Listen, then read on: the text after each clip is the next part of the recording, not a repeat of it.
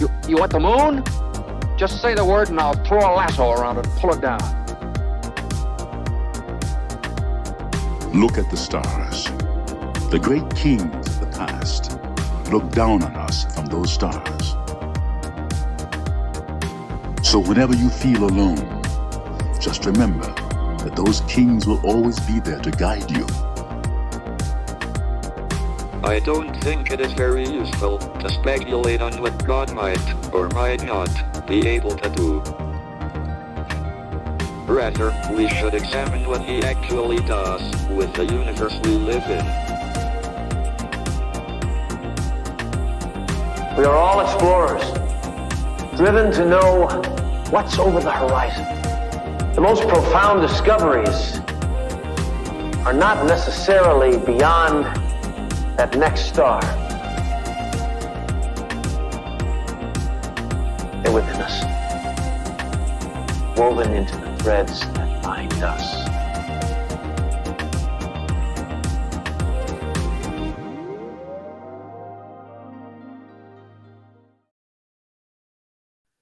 Hello, beautiful people. Happy Tuesday, happy Mars Day, and welcome to this very potent, magical day, often called the Day of Miracles or the luckiest day of the year. The sun is conjunct to Jupiter today, so we'll definitely be talking about that. But you might already notice, if you're joining me live, a few slight adjustments that I've made, starting with this title up here. I've played around with this idea. I've teased the idea with you all for a couple weeks now, and I am restructuring a bit. So this is going to be the weekly orbit. And aside from today, it will happen on Mondays, Monday mornings, ideally, and we'll go through the energy of the entire week. So working on just shifting things so I can be more available, so I can make sure this information is available to you. I'll be announcing more opportunities to connect via live stream, via Zoom calls in the next couple weeks. You guys, change is messy. Transition is messy.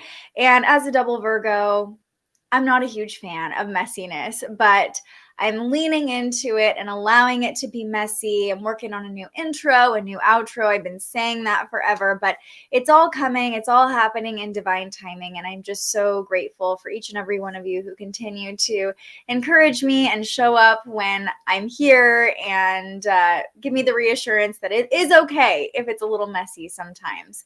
Corby is here, and Corby just launched her new dream journals. So Corby, if you have a link, please put it in the chat so everybody can shop your dream journals. I cannot wait to get my hands on one. And yes, you can always read the daily forecast on my website. Nick mentioned this.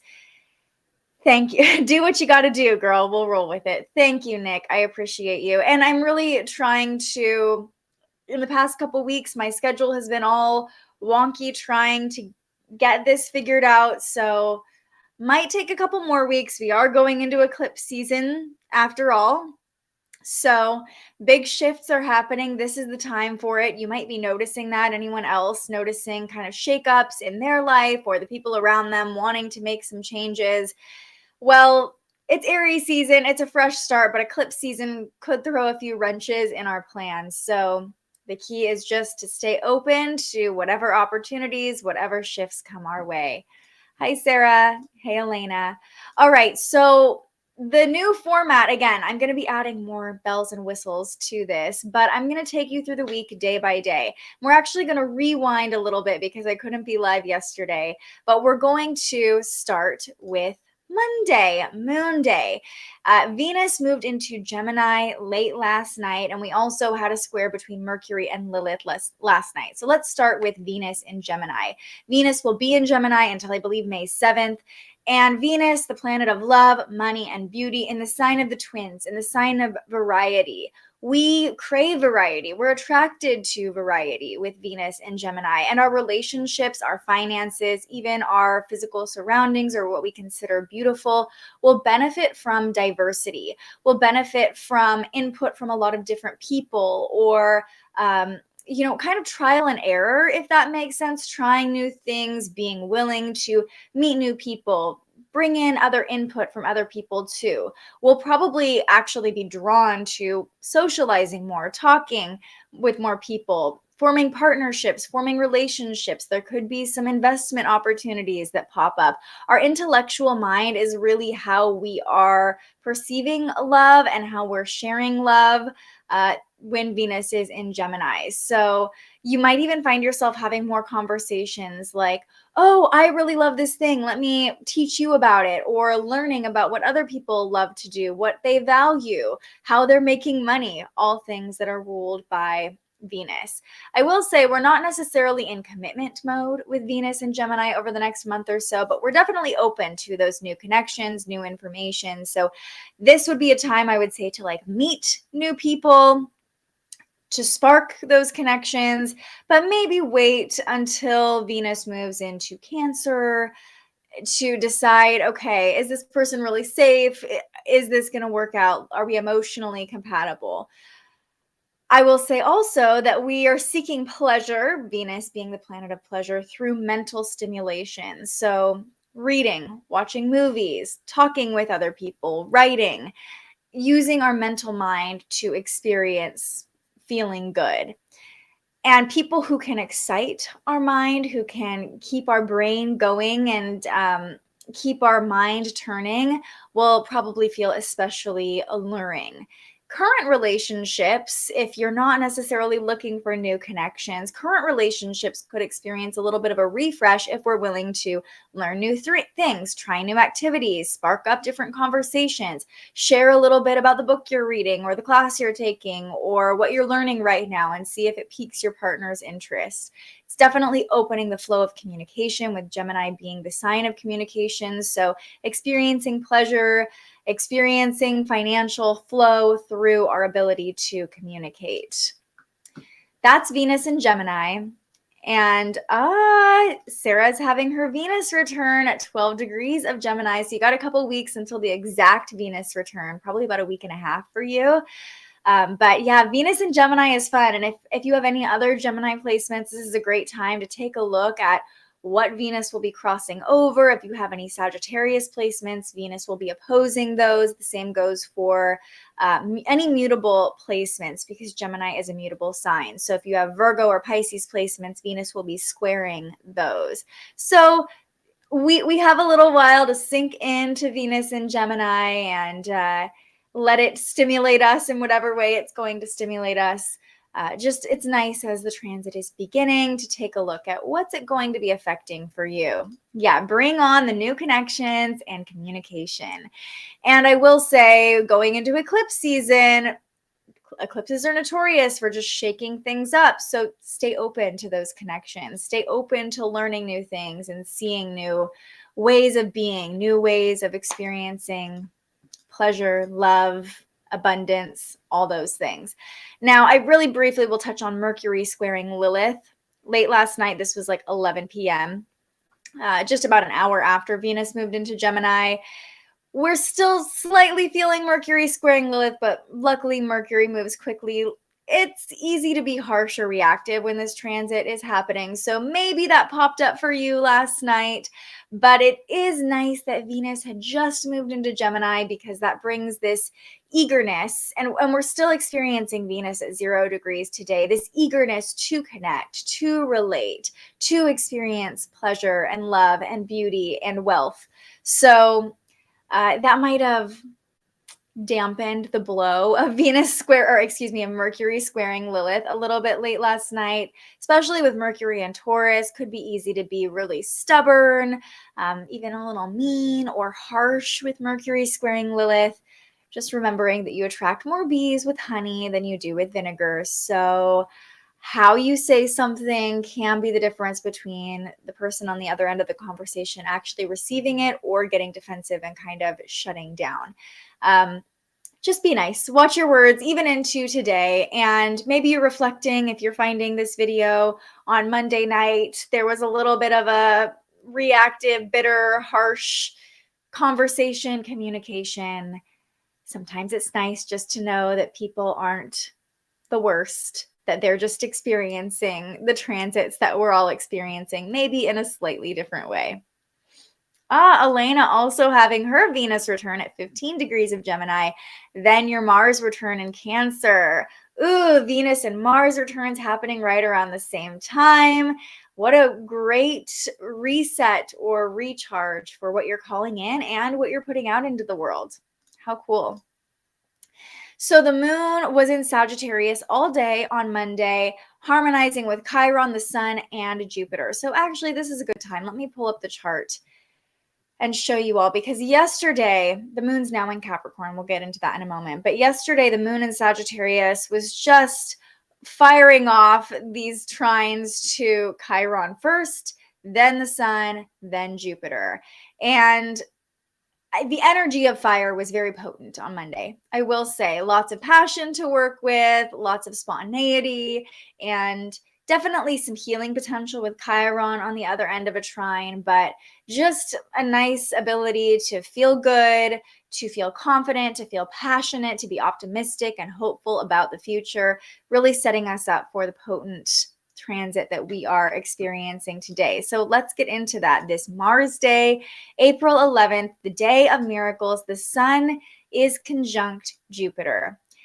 Now, it's funny because when this happens with Mercury or even Venus, we refer to this as a cazimi. When a planet is passing over the sun, it's called cazimi, passing through the heart of the sun. In this case, though, the sun is actually passing over Jupiter because the sun moves more quickly. This is an annual transit. It happens once a year. Last year, it was sometime in March, I believe, as well.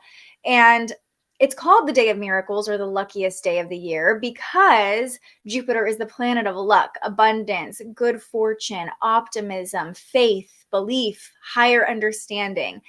And Jupiter has been in Aries now for several months. Jupiter in Aries is like that just do it energy. Just jump and trust that everything's going to be okay wherever you fall, and that you've got this. Jupiter in Aries is like, you got it, man. And the sun in Aries, as we've talked about all Aries season, brings this energy of fresh starts, of going, of doing, of springing forward, right? Aries season is the beginning of spring. So when the sun and Jupiter combine, anytime we have a conjunction, it's like the energy of these two planets are blended, right? When the sun and Jupiter are merging their energies, the sun is our life force energy. The sun illuminates, the sun gives us life. And Jupiter, being the planet of abundance, amplifies everything it touches. So when the sun and Jupiter are together, both their energies are amplified. It's big Aries energy today, okay? But it's also a powerful day for manifestation. This is like if two planets could be hyping us up, these two planets would be doing it today, okay? We're energetic. There's ambitious vibes with this happening in Aries. We're very driven. It's like we can run headfirst into whatever we want to manifest. We have the utmost optimism. We have faith in our ability to go after our goals, to achieve or at least start whatever it is we have been dreaming up. This is a really potent day also to tap into our belief of self. Aries rules the self. The sun is also attached to our ego. Now, that's not to say, yes, our egos could be a little inflated today. I might add, with the sun conjunct Jupiter in Aries, we could have a little bit of an inflated ego. Mind you, the last time this conjunction happened, it was in Pisces. So a little bit of a different energy. With this powerful conjunction playing out in Aries, we can tune into ourself, who we are, what our purpose is here, what our mission is here, and our belief in what we are here to do. In fact, our belief in ourself is our greatest asset. Now, that doesn't mean that we think we're the best thing that ever happened to humanity. That doesn't mean that we have a savior complex, but believing in yourself, believing in your ability to have the life you've been dreaming of or to go after the thing you've been wanting to go after can be just that first step in actually getting there. Because if you don't believe you can do it, well, manifestation says whatever you put out is what you're going to receive. So if you're going out in the world like, I really want this, but I don't think I'm capable of it or worthy of it or deserving of it, then the universe is going to show you. And and confirm that subconscious belief. But if you're out in the world like, I believe I am capable of this amazing thing I want to manifest. I believe I am capable of love. I believe I am capable of wealth and financial abundance. Whatever it is you're calling in, that alone is the first step into actually calling it to you. So another thing you can do to work with this energy of manifestation of miracles today, Jupiter is the great benefic. So it's a very generous energy, and random acts of kindness would be a really powerful way to send that signal out to the universe. Like, I'm abundant. I'm just going to freely give away kindness, maybe pay it forward in the drive-thru or while you're getting your coffee, or if you see somebody in need on the side of the street, you're sharing with them today. Putting out your abundance, sharing your abundance, sharing even just a smile, a positive compliment with someone is going to bring that back to you tenfold. Not to say that that has to be the motivation for being generous and being kind, but it'll be easier to feel generous today because of the Sun conjunct Jupiter, and being in that vibe can also help you attract more positivity, more generosity, more abundance into your life. All this Aries energy hitting my 6th house. Not sure where to pour the energy and manifest. Well, it's probably feeling pretty productive for you, but your health would be a great thing to pour into yourself today. Just doing something for your body, doing something that's going to make you feel good. The 6th house also rules pets. So maybe you just take your dog on a walk and notice the miracles happening all around you. Work as well, your daily work routine could benefit from this. Sarah's birthday is Friday. Very exciting. Another Aries in our community. And she got her Be the Light hat in the mail just in time for her birthday. Thank you so much for ordering that, Sarah. That makes me so happy. Yes. Generosity abound today. If there's anything you're like, what should I do to work with this energy to manifest, but you're not quite landing on something that feels really aligned or feels really good, if it feels forced, just be kind. Just do something kind for someone else. It doesn't have to be major. It can be simple, but that can be a great way to work with the energy.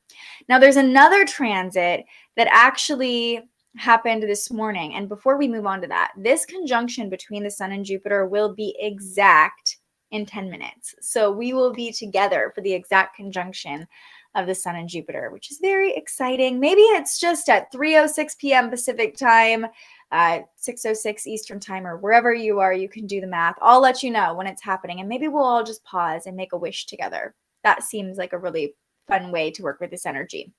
Before we get there, though, Venus is also trine Pluto today. So we'll pull up the chart and you can see it for yourself. All right, so there's the Sun and Jupiter right on top of each other. Venus just moved into Gemini, and Pluto, of course, just moved into Aquarius and is hanging out at 0 degrees. So this trine between Venus and Pluto is also playing into this transformative energy. Pluto is the planet of death and rebirth, of transformation, it's the phoenix rising from the ashes. It's like a, double-sided coin of death, and then also what comes after death, which is rebirth, of alchemy. Venus, as we just talked about, in Gemini at 0 degrees, you might be thinking a lot about what you want, what you desire today. And with these planets harmonizing at 0 degrees, there's this eagerness to transform in love, money, beauty, and maybe even to transform our values altogether, because these two planets are working together effortlessly, naturally. Like Pluto is helping us to lean into that evolution, that transformation. Venus gives us love, money, and beauty on the mind. So we really today, on top of it being just this potent day for manifestation, we want to evolve. We want to get on to the next thing. We want to be reborn. We want that new relationship. We want that influx of money today. We want the haircut. We want to look more beautiful, to feel really aligned with our values, to look around our life and be like, oh yes, this is, or even look in the mirror and say, this is who I am. This is who I want to be, and feel really good about that. So it's like this trine between Venus and Pluto is creating this restlessness for the miracle to just happen already, for the wish to just come true. Remembering that a 0-degree transit makes us a little over-eager sometimes. Sometimes we're a little too ready for transformation. So we don't want to force anything. We don't want to force anyone to meet us on our timeline where we're at, right? Because Pluto can be a bit manipulative too. So noticing if you're falling into that pattern, if you're trying to force the miracle, it's probably not actually a miracle. If you're trying to force the manifestation, the universe might push back against you a little bit. So just trusting that everything is happening as it's supposed to, and noticing if you're feeling this eagerness for transformation, just being in that eagerness, being like, wow, I really want to evolve in this way, right? Being with yourself, witnessing yourself in the wanting, and then using the Sun Jupiter conjunction to just make the wish, call it in, whatever is on your heart today. Hi, Court. Happy to catch the live. Happy you're here. Currently laying on the couch. Energy feels like it's integrating, especially after the full moon in Libra. A lot has come up around relationships for many of us. And with Venus harmonizing with Pluto, it's like, okay, we saw what was illuminated. Now we want to transform it. But just remember, we've got time. Everything is working out exactly as it's supposed to. My inner transformer is ready to go. Yeah, that's that Venus Pluto trine. Like, let's just go already. I'm ready for more energy. Eagerness to transform in love, money, and beauty. That's why we love Venus. Okay, let's talk about what's going on with the moon today. We still have about 5 minutes till we can make our wish. So don't let me forget. 3:06, right? 3:06 p.m. Pacific time is the exact conjunction. So the moon spent the morning in Sagittarius. You might have had intense or vivid dreams last night because the moon squared Neptune at about 4 a.m. Pacific time. Fantasy and reality could have been a bit of a blur first thing this morning, depending on where you live, especially East Coasters. This was like 7 a.m., 8 a.m. your time. Might have felt a little groggy first thing this morning. And then the moon was void for the rest of the morning until 10:30 a.m. Pacific time. So just kind of this sleepy, slow energy to start the day. Kind of like, yesterday, the moon in Sagittarius, making all those connections to planets in Aries, very highly energetic day. This morning might have felt like a little more low key, a little bit of a hangover from all the energy that was expended yesterday. Now the moon is in Capricorn. The moon moved into Capricorn at about 10:30 a.m. Pacific time. This is a waning gibbous moon. We're coming into the last quarter moon in Capricorn, and we're coming into the moon's peak release. So it's interesting because the moon is at its weakest position in Capricorn. It loves to be in Cancer, doesn't really love to be in Capricorn, the opposite sign. So we tend to be a little disconnected from our intuition and a little more connected to our rational mind. What I love about the moon being in Capricorn today is that it's asking us to release our timeline. Capricorn is ruled by Saturn, the Lord of time. And Capricorn energy is all about the big picture, the long-term goals, making sure that we're hitting the benchmarks to succeed, to achieve what we want to achieve.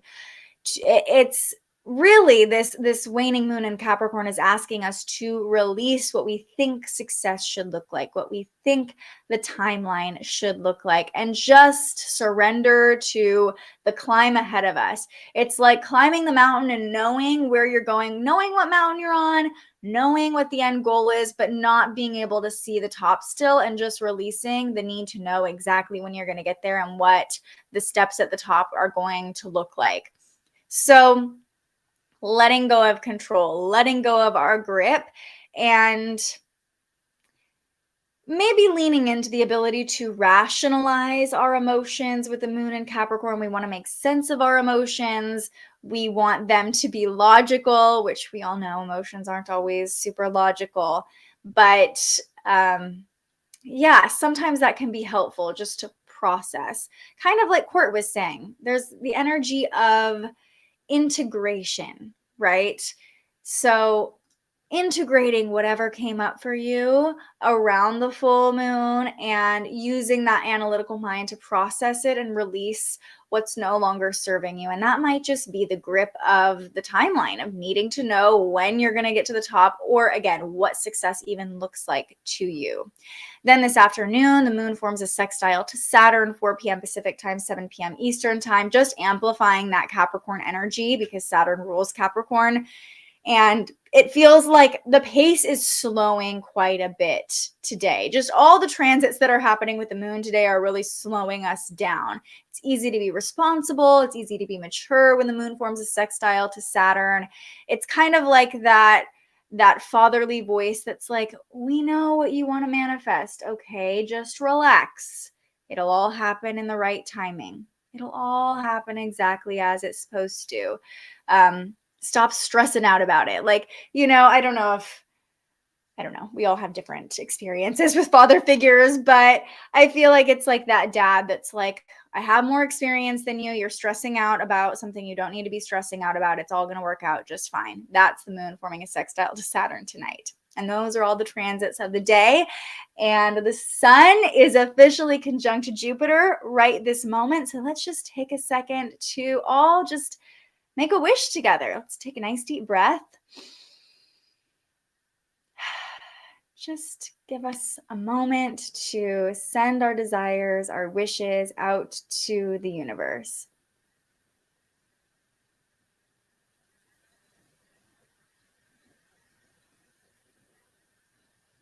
And so it is. Yay, that was fun. If that's all you do for the Sun-Jupiter conjunction today, that is more than enough. Okay? Yes, almost wish time. Corby wasn't letting me forget. I love it. I was singing and playing a bass in my dream. Okay, of course, the Neptune transit affects Corby. And Alyssa was feeling those hangover vibes early this morning. Yeah, definitely. I will say also, Venus at 0 degrees today and last night, I definitely had some impulsive door dashing that I did of some cookies. So that's just in general. Venus at 0 degrees. It's really easy to just like grab that thing to feel pleasure. Disconnected is the right word. Corby said, felt out of it, knew it had to be a transit, just wasn't sure which one. The success part, reimagining it, has been hitting me hard. Yeah, I feel that. Corby. But you have the awareness, and, we just got to flow with whatever we're experiencing in the moment. And so it is. Yeah. All right, let's move on to our Wednesday forecast, our Mercury day forecast. Things calm down a little bit for the next couple days. So we're still hanging out with that waning gibbous moon in Capricorn all day on Wednesday. And overnight, the moon will oppose Mars. When the moon opposes Mars, we can feel a little restless, a little irritated, a little agitated, especially when this happens overnight. This is 2 a.m. Pacific time, 5 a.m. Eastern time. You might have restless sleep tonight, or feel like you need to move, like you need to be doing something. You might have really active dreams as well, with Mars making this kind of tense connection to the moon in Capricorn. It's that polarity, right? The Capricorn moon wants stillness and slowness. Mars wants to move. And Mars is in Cancer, the sign of our intuition. So we want to move intuitively. But then the moon in Capricorn is like, wait, but we can't quite tap into our intuition right now. We're very much in our logical mindset of processing all the things we're feeling. So luckily this is happening overnight. It just might disrupt your sleep a little bit or keep you up late at night, like wanting to move some energy late at night, Tuesday night. What we wake up under, though, is a trine between the moon and Mercury, the Capricorn moon and Mercury in Taurus. So let me see if I can pull this up on the chart for you all. Here we go. Okay, so you can see the moon. We just passed it. I I want the line to pop out for you all. Okay, there we go. The moon in Capricorn harmonizing with Mercury in Taurus. It'll make that same connection to Uranus later in the day. So we wake up really with our mental mind sharp on Wednesday morning because, again, this is Earth energy. This is really like grounded energy tomorrow. Even with the trine to Mercury, it's like we're really wanting to pull things down and make sense of them, make them feel a little bit more comprehensive. And when the moon harmonizes with Mercury, it's like there's this balancing act, but I shouldn't even say balancing act, this flow between our emotions and our mental mind. So processing our emotions through our words feels like it will be really helpful on Wednesday. Journaling is a powerful tool. Having a conversation with someone you trust to make sense about how you're feeling, especially if you're having a hard time like feeling your feelings, that can happen when the moon is in Capricorn because it's like, what's the use of this feeling? Let's just figure out what it's showing us and put it to use, right? So the moon harmonizing with Mercury, I personally love this transit as someone ruled by Mercury. It's just this nice flow between, again, our heart and our mind, helping us process, make sense of things. Now, tomorrow afternoon, Wednesday afternoon, the moon is going to square Chiron. This is 2 p.m. Pacific time, 5 p.m. Eastern time. So when the moon squares Chiron, our wounds could be triggered. We could be provoked a little bit, especially with so much Aries energy being the focus of today. You know, there's been a lot coming up as far as starting things and what we're doing. Aries energy is all about doing. So when the moon squares Chiron, this isn't a major moment. It's just a reminder. You might be a little triggered. You might be a little irritable.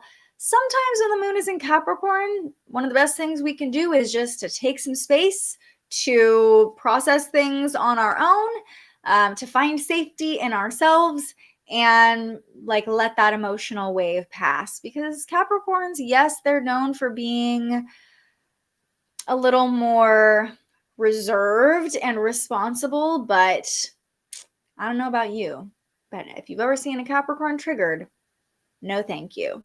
Not a fan. Okay, so when the moon's in Capricorn, it can be that like authoritative, like angry dad vibe coming out when the moon squares Chiron. It's like this internal battle between our inner parent and our inner child with Chiron and Aries, the sign of the child. It's like our inner child could feel triggered and our inner parent could kind of want to like shut it down or like, no, you shouldn't feel that way. And then that can create a little bit of internal tension. So noticing if that's happening for you on Wednesday and just witnessing the triggers as they come up, not trying to fix them, not trying to shut them down or make sense of them, asking, what are you here to show me? And how can I give you what you need right now? How can I allow the inner parent to be activated and step in and take care of the inner child rather than just trying to shut it down? And then the final transit we experience on Wednesday is another trine between the moon and Uranus. This is 4 p.m. Pacific time, so that'd be 7 p.m. Eastern time. And I think you should be able to see that here. Yeah, that trine between the moon and Uranus. This feels like transformation. It feels like maybe not even transformation, but shifts and changes are unfolding. Following this day of miracles, it feels like we're excited, we're open to innovation, to change, to thrills on Wednesday night. You might find yourself wanting to do something a little different, wanting to rebel against the status quo. It's a really cool dynamic, this transit that's playing out, because the Capricorn moon, again, wants to play it safe. It wants solid ground. It wants to be stable. But Uranus and Taurus is like, okay, I get it. We want to be stable, but let's just shake it up just a little bit. If we just stay open to innovation, it should flow through nice and easily on Wednesday evening. Uranus is known as the planet of disruption, but with it being on the other end of a trine, the most fortunate connection that can be made in astrology, it feels like positive disruptions could happen, like surprises even, or good news coming in, good fortune that helps us to feel successful or achievement or something like that on Wednesdays. So there's still some good vibes to work with in the afterglow of the Sun-Jupiter conjunction. Madison says, everything about today's message is what I needed to hear. I'm so happy. Applying everything to the documentary she's working on and letting go of the shame that it's not done yet. It's all going to be perfect. It's all happening in divine timing. And, you know, Madison, it's like the journey, as I witnessed your journey just from afar, the journey has been healing for you. Like, I know it's been triggering for you too, but the journey of creating this documentary about something so near and dear to you and your experience is part of what will make it what it's supposed to be as an end product. So don't be hard on yourself. You have so many people supporting you and excited to see it whenever it is ready for the world. Oh, I love this. Alyssa said, I made my wishes and held out my hands as a cup to receive the blessings of the sun pouring down. Had a vision of a fiery phoenix tail, like a peacock tail dancing with flames, blue eyes shining. Okay, after this live stream, you better believe I'm going out under the sun and holding out my hands like a little cup to receive the blessings. And that's a great point too, kind of coming back to the Sun-Jupiter conjunction we're experiencing right now in this very moment, is that the sun is beaming down energy and information to us all the time, every moment. Well, I shouldn't say every moment, but it's hitting Earth at every moment of every day. So, you know, a lot of people in the spiritual community call it like light codes, like just sitting under the sun, just letting the sun hit you. You're receiving downloads from the source of life. The sun is the source of life on Earth, right? So receiving the sun's blessings and just staying open to whatever they're bringing in for you, whatever new life they're going to generate for you, can be really powerful today as well. Just literally sitting in the sun could be your ritual under this Sun-Jupiter conjunction. Okay, speaking of Jupiter, let's move on to Jupiter Day. Or yes, a cup of sun. Just drink up a cup of sun. Yes. Okay, Jupiter Day, April 13th, this Thursday. The moon will move into Aquarius. So that doesn't happen until the afternoon. The last quarter moon in Capricorn is actually overnight from Wednesday to Thursday. So we wake up on Thursday under the last quarter moon in Capricorn. Remember, this is the moon's peak release. So as the moon just moved into Capricorn, I would encourage you over the next couple days to really reflect on what success means to you, what your long-term goals are, not fixating on it, but just visiting it, right? And the last quarter moon on Thursday morning is like, let go of anything, any definitions of success, any timelines that are not serving you in this moment in your life. And it's a reminder too that our long-term goals are allowed to evolve. Our short-term goals are allowed to evolve. You know, I'm preaching to myself here because I will just use myself as an example. When I started this live stream, or when I had the idea to start the live stream, I thought I was going to be doing one astrology forecast and an interview every single day, because I was used to the grind of news and thought that that was sustainable. And then I was like, okay, let's move back the interviews to twice a week. Okay, let's move it back. That's just too much. And even then I was like, okay, still a little too much. I am only one person. And as I mentioned earlier, like a lot of people are restructuring right now and kind of figuring out what direction we're going in this new astrological year. And so I bring that up because my goals for myself have changed and evolved as I have changed and evolved, as this community has evolved and grown. So releasing maybe old goals that you had, old long-term plans that no longer resonate for you. That could be a really powerful practice under the last quarter moon in Capricorn this Thursday. And mind you, when the moon squares the sun, marking the last quarter moon, it's also squaring Jupiter. So this isn't just a normal last quarter moon, release it, let it go. It's like big release, okay? Because Jupiter amplifies anything it's involved in. big releases on Thursday morning. And I don't expect them to be like big, intense emotional releases necessarily, because again, the moon is in Capricorn. We're very much logically thinking, but maybe releasing the plan, releasing the timeline. And it could feel like a big, like, I'm letting go of that. Like, I just had a vision of like making a turn. Like, I was on this path, this road to the top, and now I've decided I'm not going that route anymore. I'm going to go to a different destination now. I'm going to take a totally different route. And it might be like a big move. It might feel like a big detour. But if it feels more in alignment, then full permission to say goodbye to the thing that is no longer lighting you up and feeling really good for you. We're not meant to stay the same.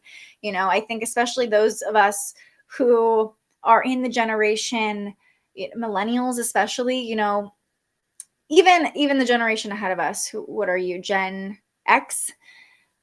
A lot of us were born into families where it's like you pick a job and that's your goal, and you do your goal and you do it until retirement, and then I guess that's really the ultimate goal, is retirement in that model, and then you can just like relax the rest of your life if all goes according to plan. But we're in this climate now where it's like people don't want to do that anymore. We want to be able to have multiple jobs throughout our life, or follow our passions, or be entrepreneurs, or find freedom.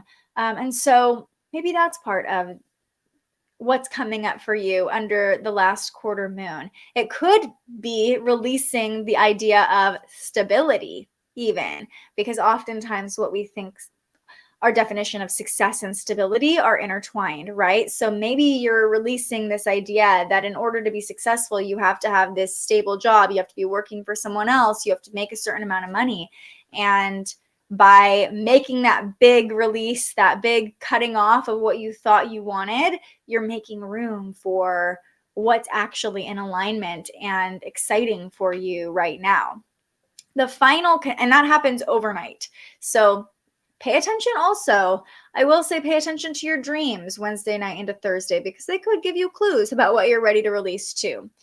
We wake up under a sextile between the moon and Neptune on Thursday. That's 7 a.m. Pacific time, 10 a.m. Eastern time. So that sextile between the moon and Neptune could kind of bring a little bit of that groggy energy again, but it is going to help us to soften the release, if that makes sense. It's really playing into everything we just talked about, the moon forming a sextile to Neptune. It's like trusting and believing that it's okay to release what doesn't feel in alignment anymore, because something better is on the way. That sextile to Neptune is like a little reassurance from God, spirit, universe, goddess. It's like, it's okay, just trust that that's not meant for you if it's not feeling good for you anymore. So love Neptune in this case.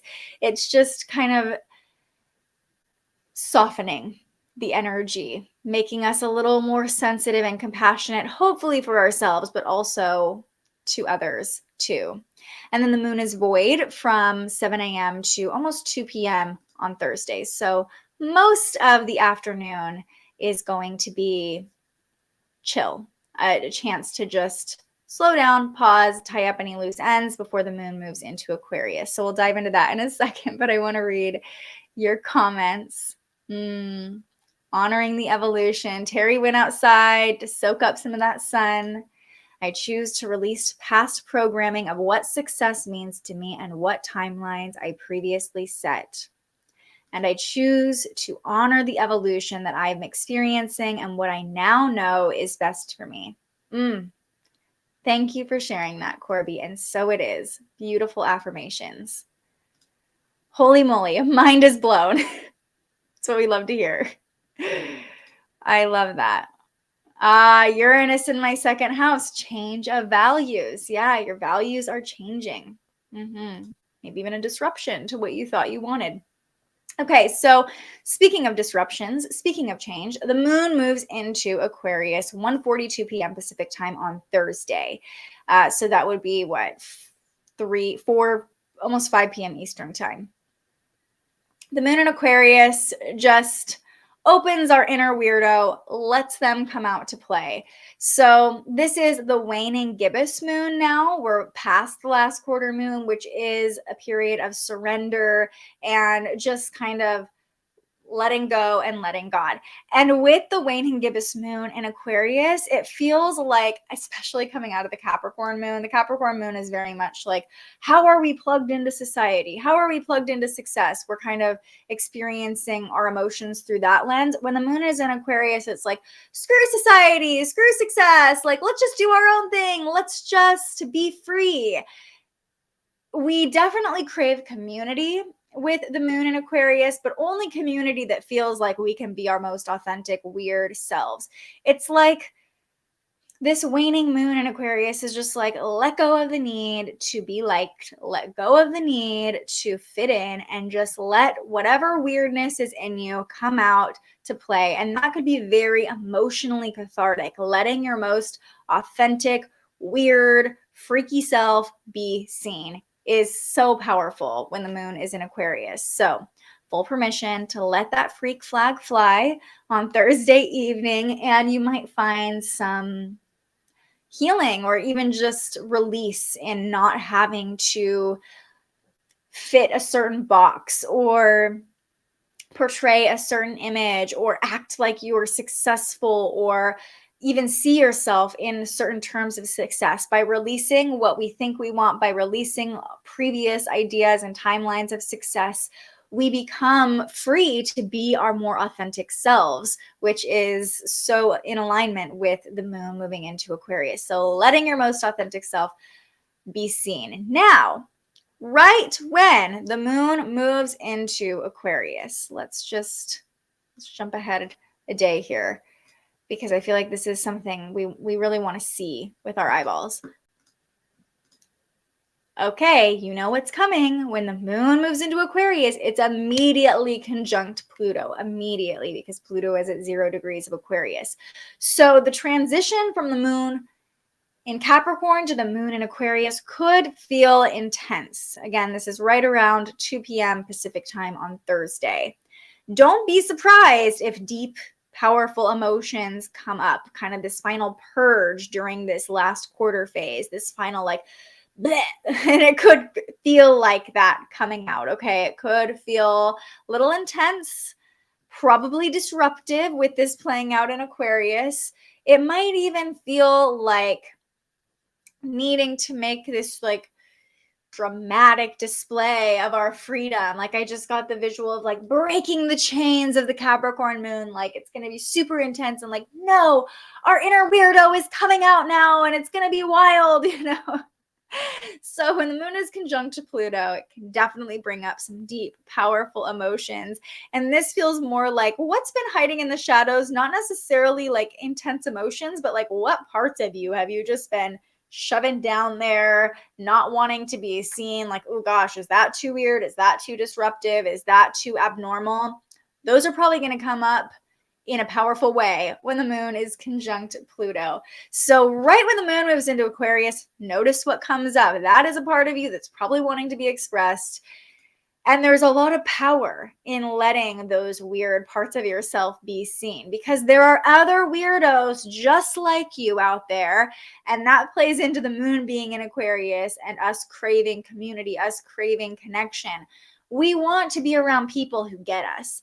There's nothing, if you ask me, there's nothing more uncomfortable. Take it from me, the woman who put on a nice neutral face for many years to appeal to the most people possible. I'm talking about being a TV reporter and just, you know, having to be very neutral.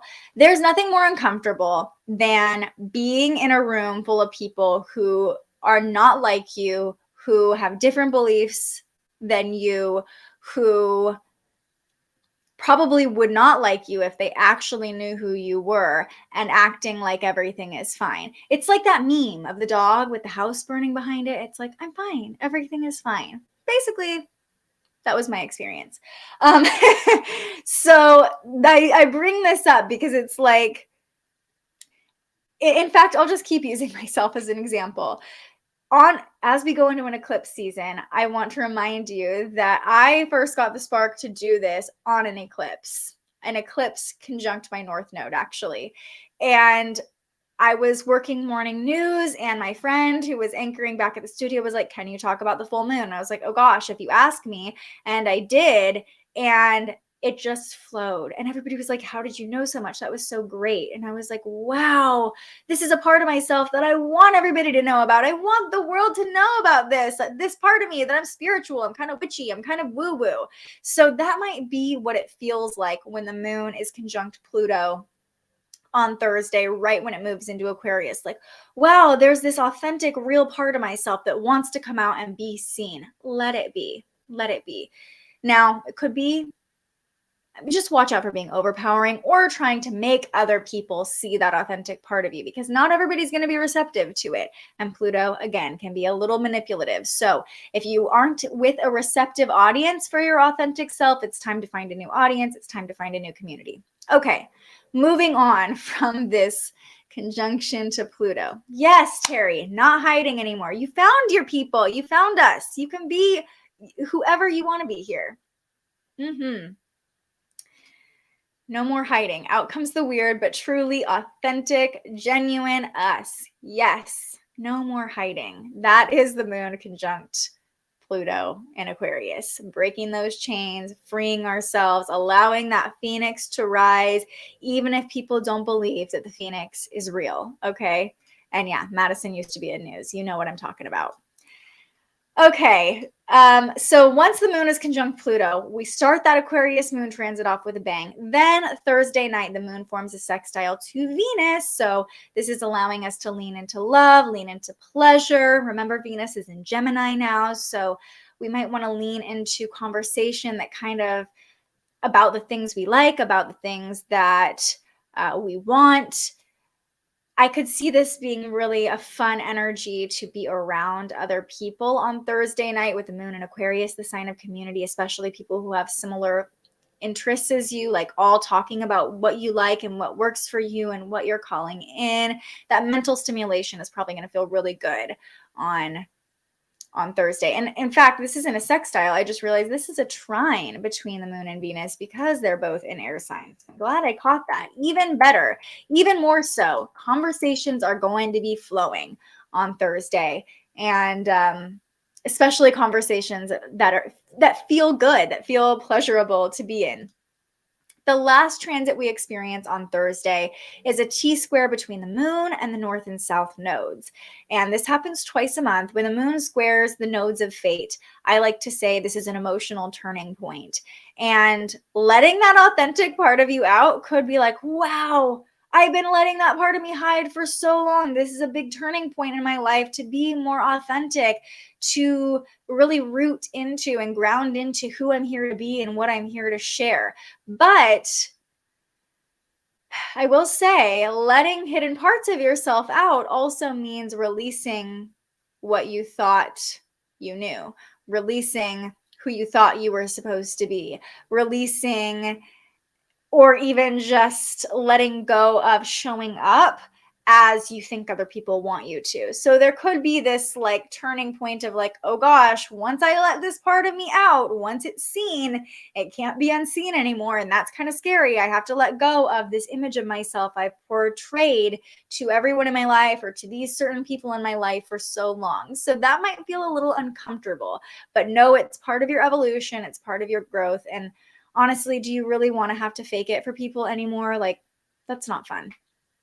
It's not fun. So might feel uncomfortable Thursday night, or you might even be having that like analysis paralysis where you're like, oh gosh, I can't believe I like talked about astrology with my coworker who had, or crystals or ghosts or whatever weird stuff you're into with my coworker. Now they know who I am. And now they can't unknow who I am. You know, that could be a little uncomfortable or a little scary, but that's okay because you have plenty of people who love the fact that you're weird and are the same kind of weird as you. So it's okay if it's uncomfortable. It probably just means it's a growing pain and you're growing.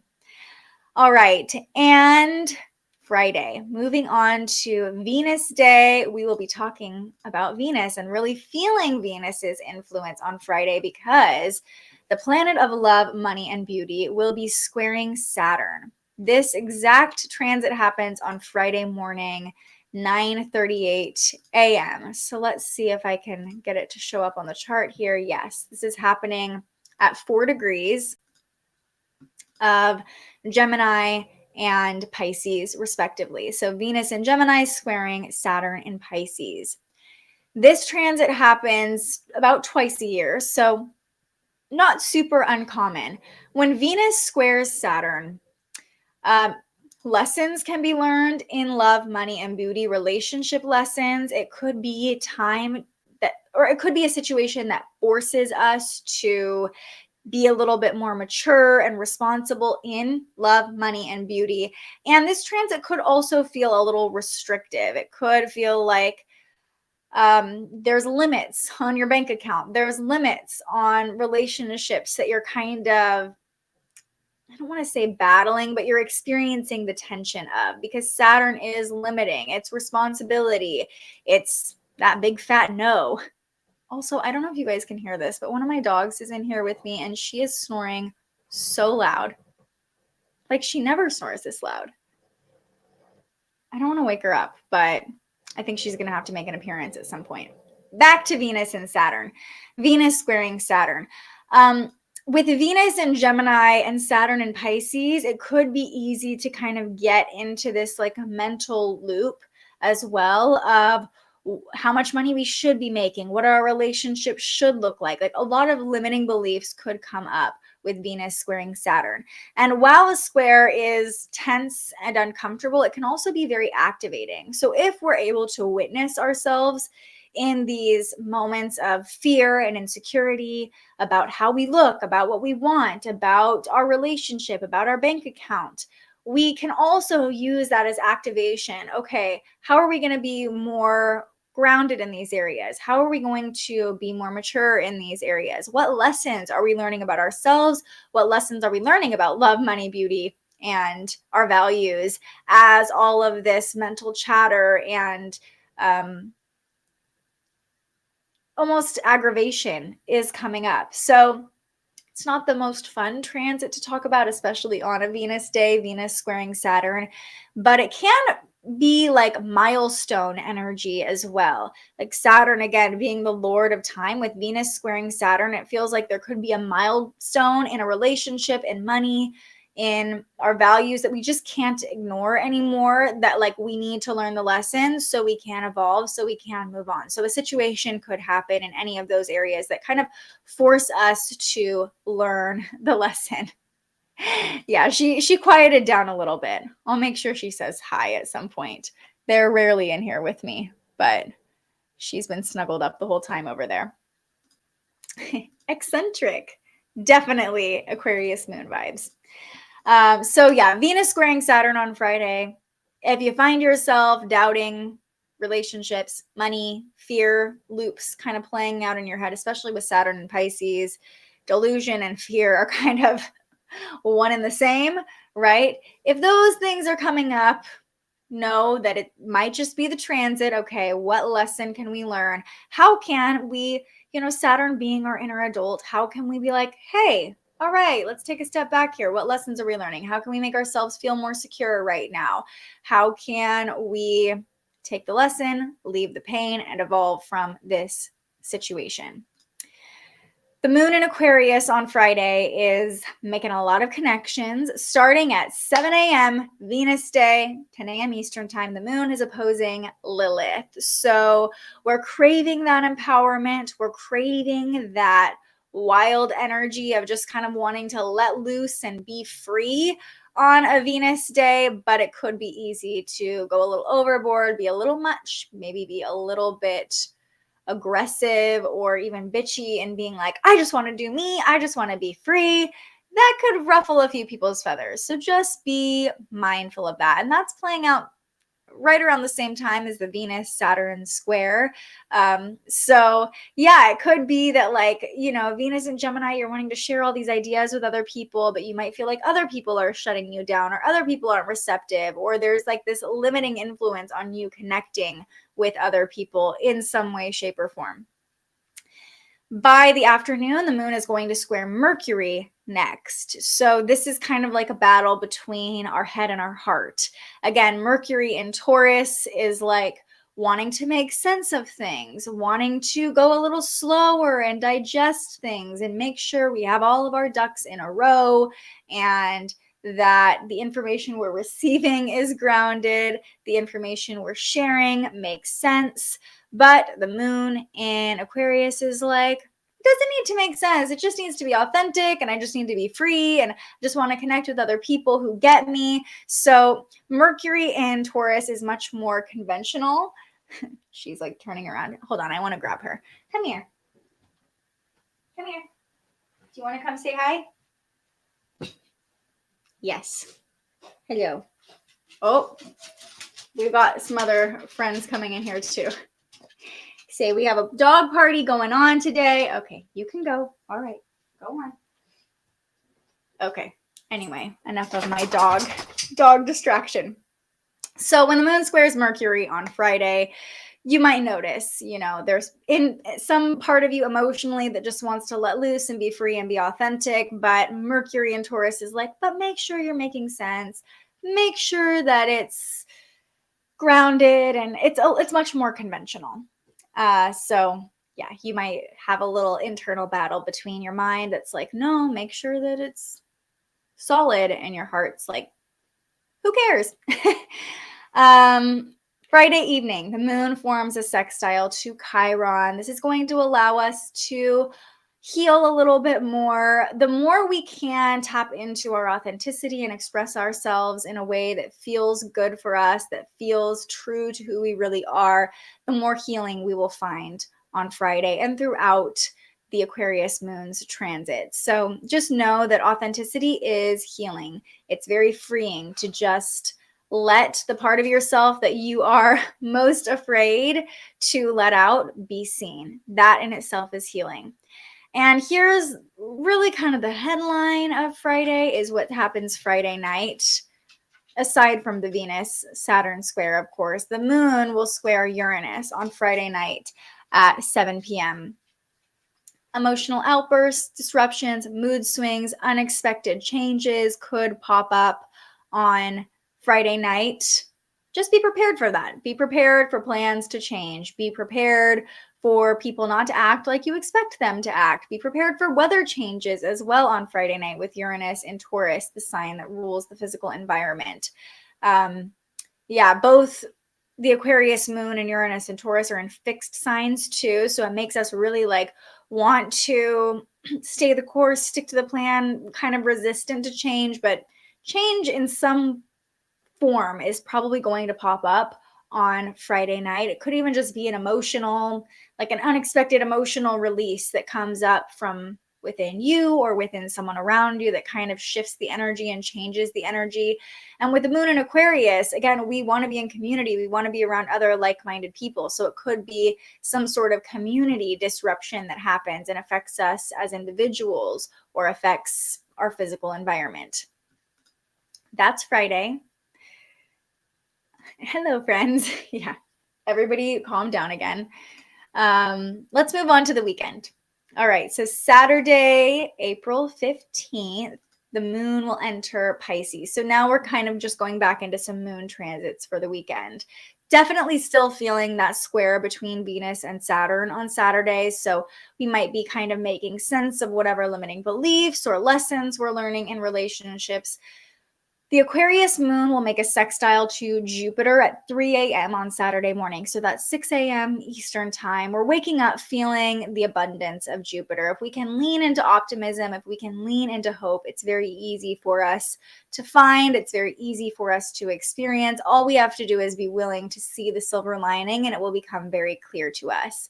And then the last connection the Aquarius moon will make on Saturday is a sextile to the sun in Aries. This is going to help us be confident, express ourselves authentically, put ourselves out there with the moon and sun supporting each other. This is 8 a.m. Pacific time, 11 a.m. Eastern time on Saturday. And that's the energy we wrap up the Aquarius moon under. So it's like, put yourself out there, girl. Be free. Have fun. Be your weirdest self. The sun is hyping us up, gassing us up, giving us the confidence to put ourselves out there on Saturday. Then the moon is void for most of the day. So that's from 8 a.m. Pacific time to 4 p.m. Eastern time. That would be 11 a.m. 8 a.m. Pacific time to 4 p.m. Pacific time. 11 a.m. Eastern time to 7 p.m. Eastern time is the long window that the moon is void on Saturday. This is just giving us permission to not be productive for most of the day on Saturday, to finish up that to-do list, take a chill pill, relax. If anything tense popped up during that Venus-Saturn square, maybe some harsh exchanges or even arguments in relationships, that's definitely possible with Venus squaring Saturn. It can feel like there's like an authoritarian battle. Who's in charge here? Who's in control here? Who is having the final say? That could pop up with the Venus-Saturn square. What I love about a void moon is it's a great time to say sorry, because nothing significant will come from anything started during a void moon. So if there was any tension that popped up on Friday or even Saturday morning, it's a great time to just kind of diffuse that by saying you're sorry, making amends. Void moons are really a time to tie up anything that's opened. So just kind of make good on whatever is unresolved under the void moon. And then the waning gibbous moon will move into Pisces on Saturday evening, about 4 p.m. And the waning moon, or it's the waning crescent moon. I've been saying the waning gibbous moon, you guys. We're letting it be messy, okay? We are not judging ourselves, and by we, I mean me. We're just getting the hang of this new format still, so thanks for bearing with me. So the waning crescent moon moves into Pisces, 4 p.m. Pacific time on Saturday. If this is not just like let it go, frozen status, singing it from an ice castle, let it go, surrender it over, let it all be washed away. The moon moving into Pisces is like a complete energy of just endings, closure, healing, cleansing. Feels huge for this waning moon in Pisces, like cleansing your body, cleansing your mind, cleansing your spirit, letting anything that is no longer serving you be washed away with the Pisces moon. Now, the moon late Saturday night will come into a conjunction with Saturn. And with the moon in Pisces, there's already this sense of kind of like isolation or cocooning, right? Just kind of wanting our own space to process, being extra sensitive with the moon in Pisces. And when the moon is conjunct Saturn, that want to isolate, be by ourselves, it can be a little bit lonely when the moon is conjunct Saturn, but that might not necessarily be the worst thing, because sometimes isolation can be very healing. And sometimes it's hard to know what you really want to release and let go of when you have other people's energy, other people's voices constantly around you. So taking some time Saturday night to yourself, if possible, could be a really powerful way to understand what needs to be released. You might notice that fears or doubts come up as well with the moon conjunct Saturn in Pisces, because Pisces can fall down a rabbit hole very easily. And with Saturn here, fear can kind of catapult us down into a spiral.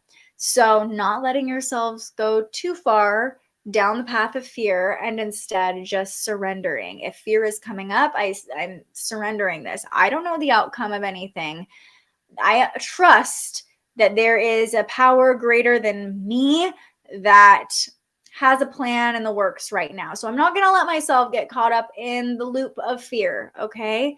Instead, we're just going to trust that everything that's leaving now is not supposed to be here, is washing away to create a clean slate for something new to be born. And we do have that Aries solar eclipse next Wednesday night or Thursday morning, depending on where you live. So this Pisces moon it's really clearing out the energy and making space for whatever is going to be started, shifted, changed under that eclipse, which we'll talk about more next week for sure. But it's definitely a powerful eclipse. So giving yourself that downtime, that release time, is going to be really helpful to set you up to experience that eclipse in the best way possible. I think eclipses really aren't times to like do anything, but cleansing isn't. There goes one. There they all go. Okay, cleansing is a really nice way to set yourself up for new things to grow and bloom and evolve. Okay, everybody, thank you. This is what happens when I have a puppy play date during the live stream. Okay, moving on to Sunday. They agree, exactly. They're like, clear it out, cleanse yourself, okay? Thank you. Thank you, Corby. I appreciate you. It's new. We're still feeling it out. Lots of stuff in the works, lots of stuff evolving. Let's wrap up with our Sunday forecast. The moon is going to hang out in Pisces all day on Sunday. Overnight, 1 a.m. Pacific time, 4 a.m. Eastern time, the moon squares Venus. So if you're up super late on Saturday night, you might have some late night cravings. You might feel that like a midnight snack or a midnight snack, if you know what I mean. You might feel that urge, that craving, that need to feel good when the moon squares Venus, especially the moon in Pisces. It's like we just want to check out into the fantasy and everything to be rainbows and butterflies and sunshine and everything to feel good with no consequences, right? So when the moon squares Venus, yeah, expect to have a sweet tooth, expect to feel especially needy. We wake up on Sunday under a trine between the moon and Mars, though. So the energy is sort of picking back up on Sunday under this trine. I would say if you have to get anything done on Sunday, do it first thing, well, mid-afternoon, 11 a.m. So that would be, 2 p.m. Eastern time for you East Coasters. There's plenty of energy to work with on Sunday. Although it is the waning crescent moon, it is a time of release, but Mars in Cancer, also in a water sign, could kind of help us take the action to release. It could feel like a motivation to cleanse, right?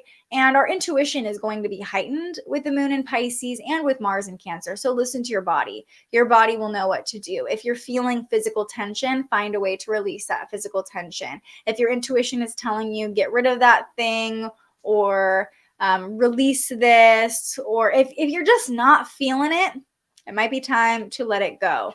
And the moon harmonizing with Mars can give us the motivation to finally let it be washed away, or to take some sort of action to set ourselves up for this eclipse that's happening this week. Then on Sunday evening, the moon forms a sextile to Mercury. And this is just going to help us process. This is going to help us connect our imagination with the moon in Pisces, with our rational mind. And so, yeah, the energy of dreaming is very potent all weekend with the moon in Pisces, but Mercury and Taurus can help us make sense of the sensitive feelings that are coming up, the intuitive pings that we're getting. The moon forming a sextile to Mercury just kind of helps us use our mind, our brain, to process those sensitive emotions. And then the last transit of the weekend, the moon forms a sextile to Uranus next. So we're getting a little excited for the changes. We are anticipating the shifts to come during eclipse season on Sunday night. Everything that happens throughout the week is really illuminating what we want, what we're going after, what it's time to let go of in order to make room for the thing we want. And by the end of Sunday night, we're really tapped into our own emotions, our own feelings, other people's emotions as well. With the moon in Pisces, we can definitely be empathic. So that's something to keep in mind. Is it yours or is it somebody else's that you're feeling? But this sextile to Uranus really is going to help us get excited about change, get excited about innovation, upgrade, and rebellion, and all the things that Uranus represents, kind of the rumbling, if you will, the earth moving beneath our feet. That can be exciting if the shifts happen in our favor, right? So, and everything is always happening in our favor, even if we don't think it is in the moment. So, yeah, there's this excitement. There is this excitement and this processing on Sunday night about what's to come, where we're going, and how we can really stay grounded and rooted with both Mercury and Uranus and Taurus, how we can find our own safety and stability amidst the changes that are coming. Oh, thank you, Terry. You are so sweet. I'm so grateful to have you all on this journey. Thank you. Thank you. Thank you. I am so grateful for you all watering the seeds that I have planted always and showing up and hyping me up and supporting me. It really does mean the world to me. All right, that's the full forecast. And if you just came for part of it, if you missed part of it, you'll still be able to find the daily forecasts on thespiritualjournalist.com. You might have also noticed I've been doing more super casual check-ins every day as I'm getting ready, and I post those on YouTube, Instagram, and TikTok. So I'm trying to make more daily approachable bite-sized content for you all. And then for those of us who love a deep dive, just giving the time and space to do the deep dive once a week.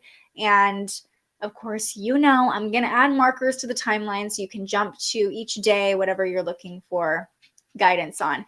Yes, every time I think of Uranus in Taurus, I think of this song. I feel the earth move under my feet. Is that the song?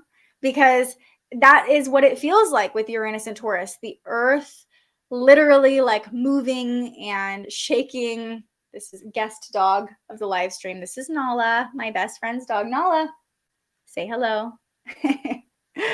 Just destroying my couch back here. Who cares? It's the dog's house.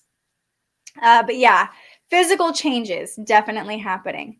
Yes, it was a success. Okay, well, I still, you know, I can't leave without doing an affirmation and without doing a card pull. So the affirmation of this week is, if I can get it to pop up here, I believe in miracles. We have the sun conjunct Jupiter right now. I believe in miracles. Even just saying that out loud, I believe in miracles, opens us to miracles. Feeling the sun on our skin, putting our little cup out to receive those light codes. I believe in miracles. Thank you for bringing miracles into my life.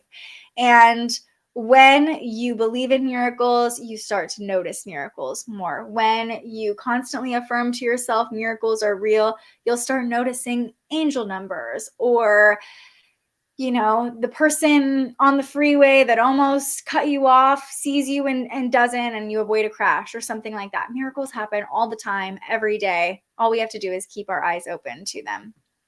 Hi, Rose. Thank you so much. I'm so happy you're here.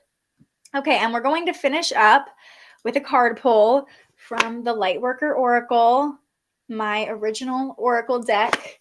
Felt potent for this Sun-Jupiter conjunction, for this new evolution that I'm stepping into for the spiritual journalist. This is really just a little taste of what I have in mind, of kind of changing up the format, because truly I am trying to create more space in my life to offer more to you all without being tied to showing up every single day.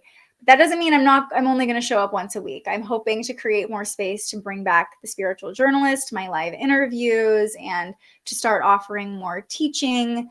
And I think a membership is coming too, where we can do more candid chats about the transits. Yes, you become aware.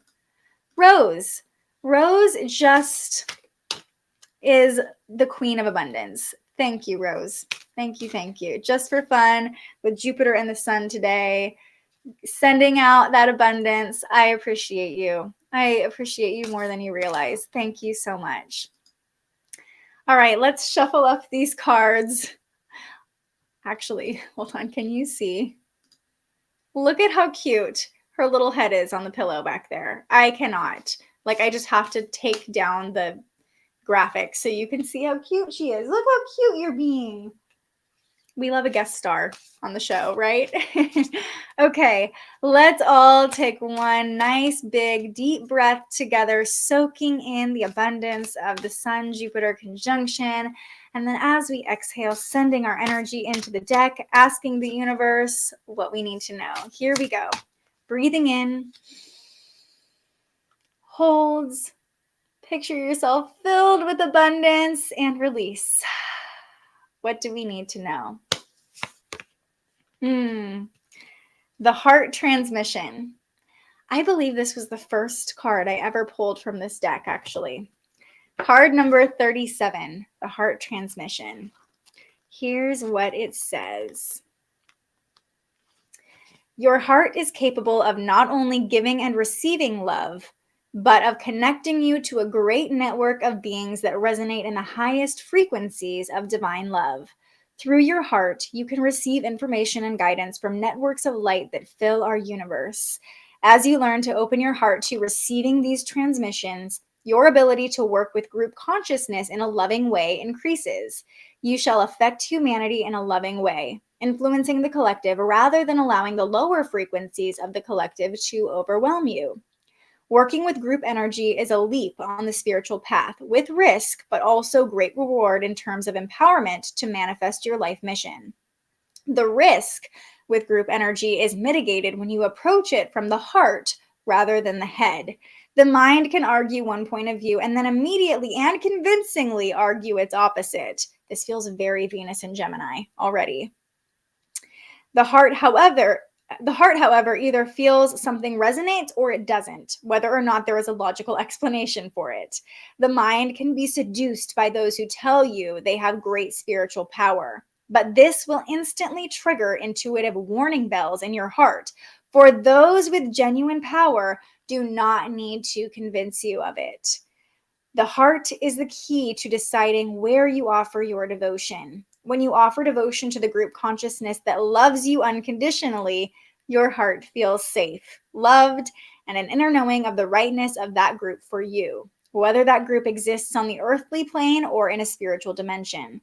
For as long as it gives you life, broadens your horizons, nourishes your truths, and empowers you to live your destiny, that group is serving you.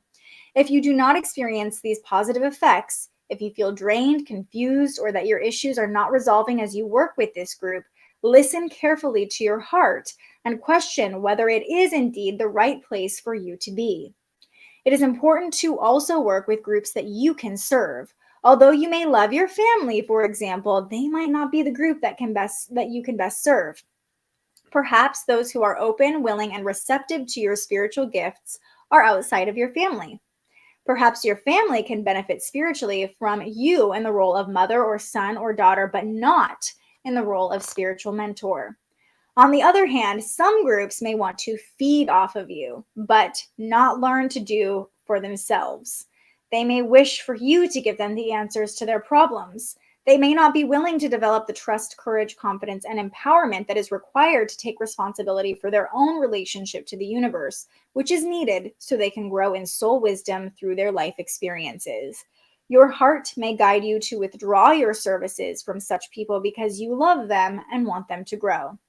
Your heart will guide you to operate differently with different people. You may be guided to explore hobbies or interests that lead you to the next group that your presence can assist.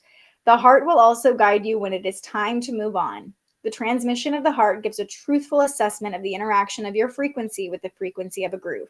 Is it mutually raised? Then this is a spiritually constructive connection. Is it diminished? This will not be so helpful. The heart empowers you to know when to work with others, for how long, and in what way. Trust it. The more you do, the more groups, which can bring great benefit to you and to the planet, can enter your world. Whew, that was a long one. They're always very long and very potent, but so on point with everything we talked about today. Like, so powerful. Who you're serving, who lights you up. With the moon moving into Aquarius this week, we talked all about being around a community that you feel authentic in. With Venus and Gemini, we are looking to connect with other people. We are desiring connection with other people. But this is a great reminder to check in with your heart, check in with your intuition. Does this feel good? Not just, am I getting something out of this, but do I feel seen here? Do I feel like I can be my authentic self here? What can I offer? And also, like the card said, checking in with, not everybody is going to benefit from the same versions of you, if that makes sense. So, like it said, with your family, maybe you're just there to be the mother or the daughter or, the aunt, but there are other people there in the world is what I'm trying to say. I don't know why I can't say this. There are other people in the world who are ready for your gifts, who are ready to see you in your fullest expression as your most authentic self. I was thinking that too, Alyssa, and I pulled this card long before Goddess Night Out ever came to me, which is so interesting rereading it now because of course, when I read it the first time, I had no idea that that was going to come into my awareness, that I was going to meet so many wonderful people, make so many soul connections, and find a community that really allows me to fully be me, and then also serve that community and create a space for other people to fully be themselves. So wild that I pulled that card before Goddess Night Out ever came to me. Oh, I'm so glad that this message resonated with you, Rose. That makes me happy. All right, everybody. Well, that is going to do it for our first episode of the weekly orbit. I am not exactly sure when I'll be back. Definitely next Monday. We'll get in a routine of Mondays going through the week's transits. I would love to hear if you have any feedback about this format, what you think would be helpful. And yeah, more to come in the next couple of weeks. Thank you all for being here. I love you all dearly. I am so grateful you continue to show up for yourselves, to learn about yourselves, to process your own experience in this space together. And I'm just grateful that you continue to show up for this community and support each other too. And most of all, I'm grateful that you continue to support me because you all give me faith that there are amazing people in the world. And I will also say, I pulled this card long before I started The Spiritual Journalist, long before I started live streaming too. And a lot of what I was thinking about when I was reading was all of you, all of the energy that we collectively create together, all of the connections I've made with people all over the world through technology, through this live stream. So it's a powerful thing to just decide I'm going to be me and I'm going to call in these wild dreams that I have. You might be surprised by how many beautiful connections you make in the process. And that's the reflection I'm having as I revisit this card for the first time since I first pulled it. Oh, good. Thank you, Rose. Thank you again for the super chat. You just are the best. Thank you. Thank you. Have a beautiful week. And you can always revisit this later in the week at thespiritualjournalist.com. I will see you all very soon, but until I see you next, happy Sun-Jupiter conjunction. Many blessings to you. I believe in miracles for you just as much as I believe in the miracles that are for me. Stay curious, everyone. Thank you so much for joining us and aligning with the energy of the universe today. If you enjoyed this morning's episode of Transits Today, you can join our live astrology discussion every weekday morning right here wherever you're watching. And head to thespiritualjournalist.com to read your daily astrology forecast and browse the Spiritual Shop. The most fun way to help keep these forecasts free and support more content like this is to buy yourself a little something on our website. But if you're feeling extra generous, you can also buy me a coffee to fuel future live streams. Just tap the link in the description or head to buymeacoffee.com and search The Spiritual Journalist. And speaking of, you can also tune in to The Spiritual Journalist, our weekly live interview where we ask our guests questions about everything from crystals and manifestation to mental health and the environment. Those conversations stream live right here wherever you're watching now every Tuesday. I'm so grateful you found us here, and I can't wait for our next conversation.